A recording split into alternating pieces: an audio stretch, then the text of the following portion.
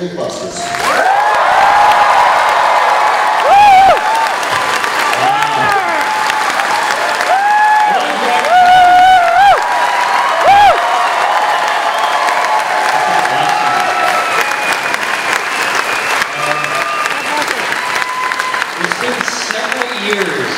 I've been to DragonCon, and I really love coming to DragonCon because it's really all about, number one, the fans, two, costumes, and booze.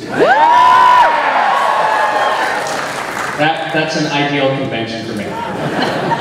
Okay, so let's roll some slides. Now, normally I do talks all across the country at different colleges. And I have a fairly standard talk that talks about Mythbusters. But I threw out a lot of that today because I know that the DragonCon crowd is a very special crowd. So you're going to get some bonus content today, but a lot of things I don't normally talk about.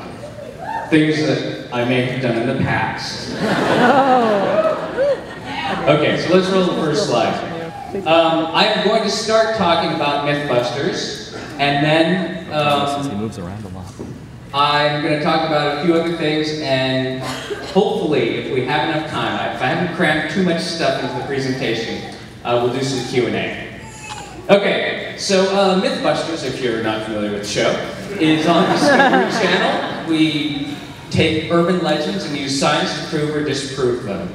Left to right is Tori, boy Tori, girl Carrie, Jamie with the beret, Buster, Adam, and myself. This was taken right after I started in 2005, January 2005. We'll be celebrating our 10th year on television.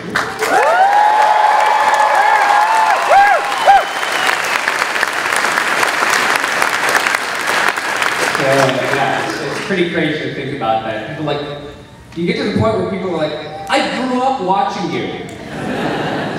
Way to make me feel old. Okay, so let's have the next slide.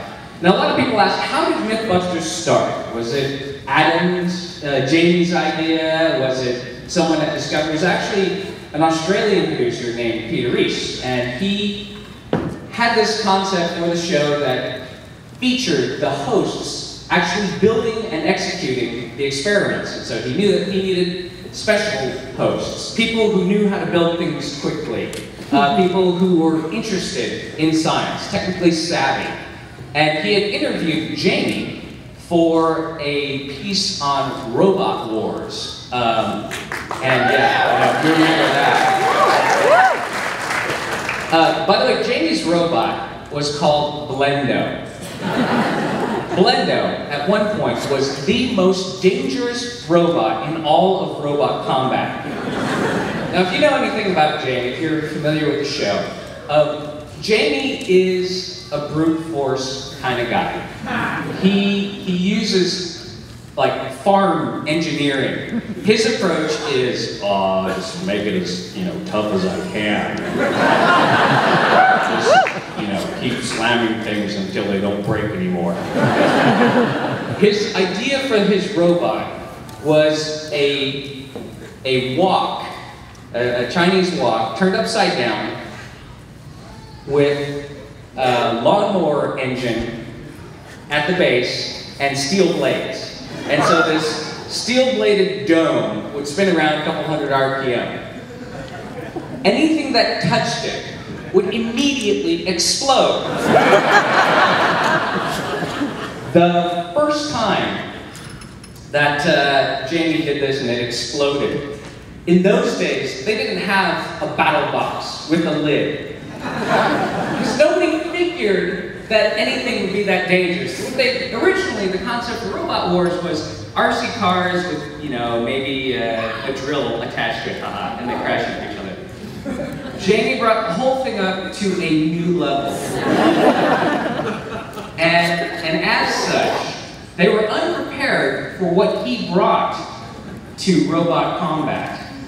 And when the first time that something touched Blendo, it shot a piece of that robot up and over the plexiglass, 8-foot tall plexiglass, into the audience.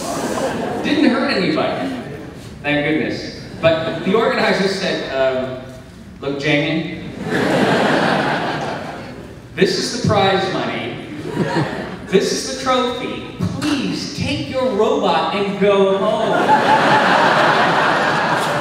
Jamie's like, oh, I don't see why. No.